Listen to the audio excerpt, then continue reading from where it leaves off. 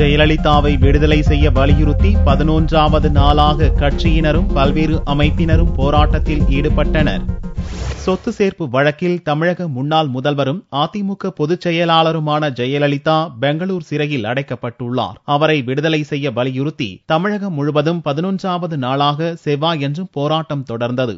சென்னை கோயம்பேடு மார்க்கெட்டில் காய்கறி, பழம் மற்றும் பூ வியாபாரிகள் சங்கத்தின் சார்பில் கடையடைப்பு போராட்டம் நடந்தது. 3000 காய்கறி கடைகள், 800 பழக்கடைகள் மற்றும் 700 பூக்கடைகள் என மொத்தம் 4500 கடைகள் அடைக்கப்பட்டன. மக்களின் முதல்வர் அம்மாவை விடுதலை செய்ய வேண்டும் என்று கோயம்பேடு காய், கனி, மலர் வியாபாரிகளும் தொழிலாளிகளும் வாகன ஓட்டுநர்களும் மற்றும் அனைத்து தரப்பு மக்களும் கடையடைப்பு செய்து பட்டினி போராட்டத்தை நடந்து கொண்டிருக்கிறது. அம்மாவை விடுதலை செய்ய வேண்டும். அம்மாவை விடுதலை செய்யவில்லை என்றால் மேலும் போராட்டங்கள் தொடரும். மக்கள் புரட்சி வெடிக்கும். அம்மாவை விடுதலை செய்.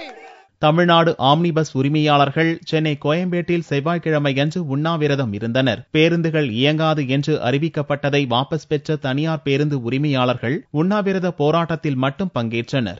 தமிழக முதல்வர் அம்மா அவர்களுக்கு அநீதியாக ஏற்பட்ட இந்த தீர்ப்பை எதிர்த்து எங்களுடைய தமிழ்நாடு ஆம்னி பஸ் பேருந்து உரிமையாளர்கள் சங்கத்திலிருந்து இந்த உண்ணாவிரத போராட்டத்தை இன்று காலை முதல் நாங்கள் நடத்தி கொண்டிருக்கிறோம்.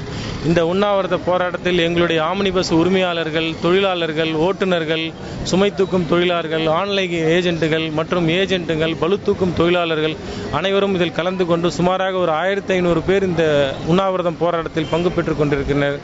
ஏற்கனவே நாங்கள் பஸ் ஓடாது என்று அறிவித்திருந்தோம். ஆனால் இந்த 4 நாட்கள் தொடர் விடுமுறை காரணமாக பயணிகள் சிரமத்துக்கு உள்ளாவார்கள் என்ற ஒரே காரணத்தால் எங்களுடைய பஸ்கள் எல்லாம் அனைத்தும் வழக்கம் போல ஓடிக்கொண்டிருக்கிறது. ஆனால் இந்த உண்ணாவிரத போராட்டத்தை எங்களுடைய அம்மா அவர்கள் சீக்கிரம் விடுதலை ஆக வேண்டும் என்ற ஒரே நோக்கத்துடன் எங்களுடைய ஆம்னி பஸ் தொழிலாளர்கள் அனைவரும் சேர்ந்து இந்த போராட்டத்தில் வெற்றிகரமாக நடத்தி கொண்டிருக்கிறோம் என்பதை தனியார் பள்ளி கூட்டமைப்பினர் சார்பில் பள்ளி நிர்வாகிகள் டிபிஐ வளாகம் அருகே ஒருநாள் அடையாள உண்ணாவிரதம் இருந்தனர். இவர்களும் ஒருநாள் பள்ளி விடுமுறை என்பதை வாபஸ் பெற்றுவிட்டு உண்ணாவிரத போராட்டம் மட்டும் நடத்தினர்.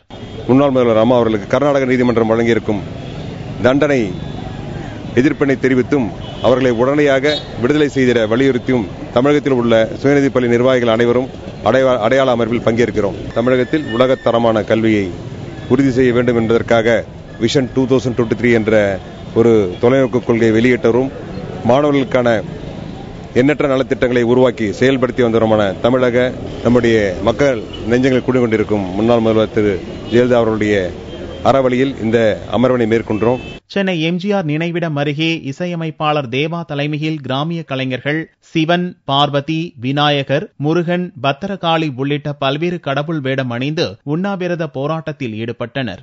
மக்களின் முதல்வர் புரட்சி தலைவி அம்மா அவர்கள் வழக்குகளிலிருந்து விரைவில் விடுபட்டு வரவேண்டி தமிழகத்தின் அனைத்து கிராமிய கலைஞர்களும் பங்கு பெறும் பிரார்த்தனை கூட்டம்.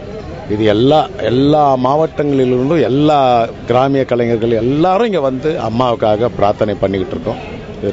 அம்மா நிச்சயமாக அந்த தர்ம தேவதை நிச்சயமாக சீக்கிரம் விடுபட்டு விடுவார்கள். எங்களுக்கு அந்த நம்பிக்கையோடு இதை நாங்கள் இங்கே பிரார்த்தனை பண்ணி கொண்டிருக்கிறோம். இதே கோரிக்கைகளை வலியுறுத்தி தமிழகம் முழுவதும் பல்வேறு கட்ட போராட்டங்களும் உண்ணாவிரதமும் நடந்தன.